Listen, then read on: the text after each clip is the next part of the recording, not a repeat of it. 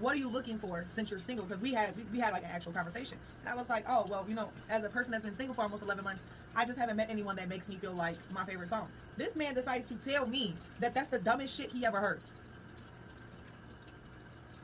Like telling me that you have 2 other girlfriends and they're going to have to drop you off at a date to come meet me is not the dumbest shit I've ever heard.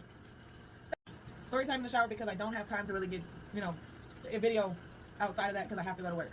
So last night, I was picking up someone out west. I do not fuck with out west. I'm from the south side. If you know anything about Chicago, you know what the fuck I mean. But I was already out there dropping someone off, so I figured, sure, why not? I had to take them all the way out west to go to Waukegan. Now, if you know anything about Chicago, that's pretty far. The one thing y'all don't realize about me being a driver is that it's kind of like speed dating for me.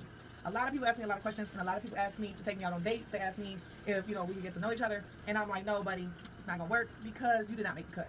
A lot of people be on some weird shit. This particular rider last night definitely was on some weird shit. He was telling me about, like, how he's in poly and how him and his girls do this and that. And, like, just, giving me a full description of his life right now. But then he proceeds to tell me, if me and him was to talk, this is what would happen. He lost his car, so his other girlfriends would have to drive him to the date or to meet up with him.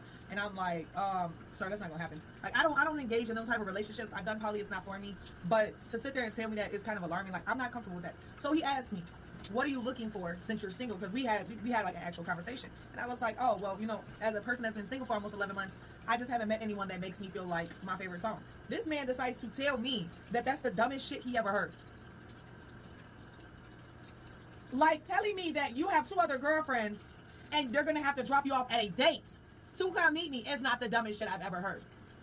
Like, I wanted to go off, but I was already very close to my destination. So, like, he's telling me, like, that's unrealistic, da-da-da-da. So we get to the location, right, to drop him off. This man decides to sit in my car for an extra 30 to 40 minutes and decides to ask me, so how much more do you need to make today? And I said, well, I'm almost done. I just need to make $30 more. He's like, all right, I'm going to give you the $30. I'm like, oh, that's a blessing. And I'm like, I really appreciate that. I'm trying to be nice.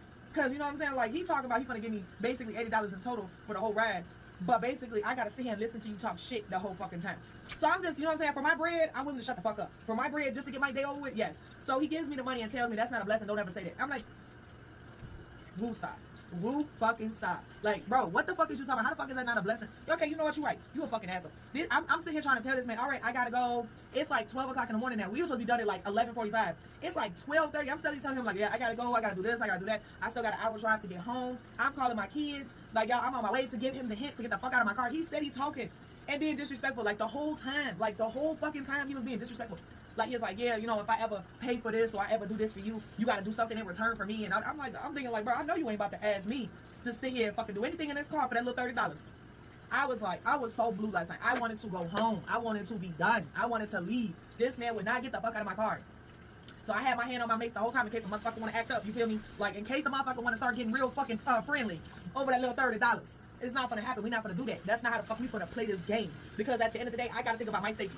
But after sitting in the car for 40 fucking minutes and wasting my gas sitting there, he finally decided to get the fuck out. I guess he finally took the hint. I don't know. But I'm gonna tell y'all right now, as an Uber driver, and I get that I am attractive, and I have very good energy, and people are drawn to me. I'm not gonna stay here in front like I'm not. But as a driver, can you guys please learn to take the fucking hints? When a person says, all right, you have a good day, that's your cue to get the fuck out the car. You know what I'm saying? That's your cue to know when to leave. That is your cue to remove yourself from the premises. That is your cue to understand the conversation has ended. That does not mean start another 20-minute conversation. Because I don't want to be rude. I've learned that as a driver, it's better to not create hostile environments because you never know what someone's mental state is. And I am only one person. You feel me? And anything could happen. So to be respectful while someone is in my space is the best interest at heart.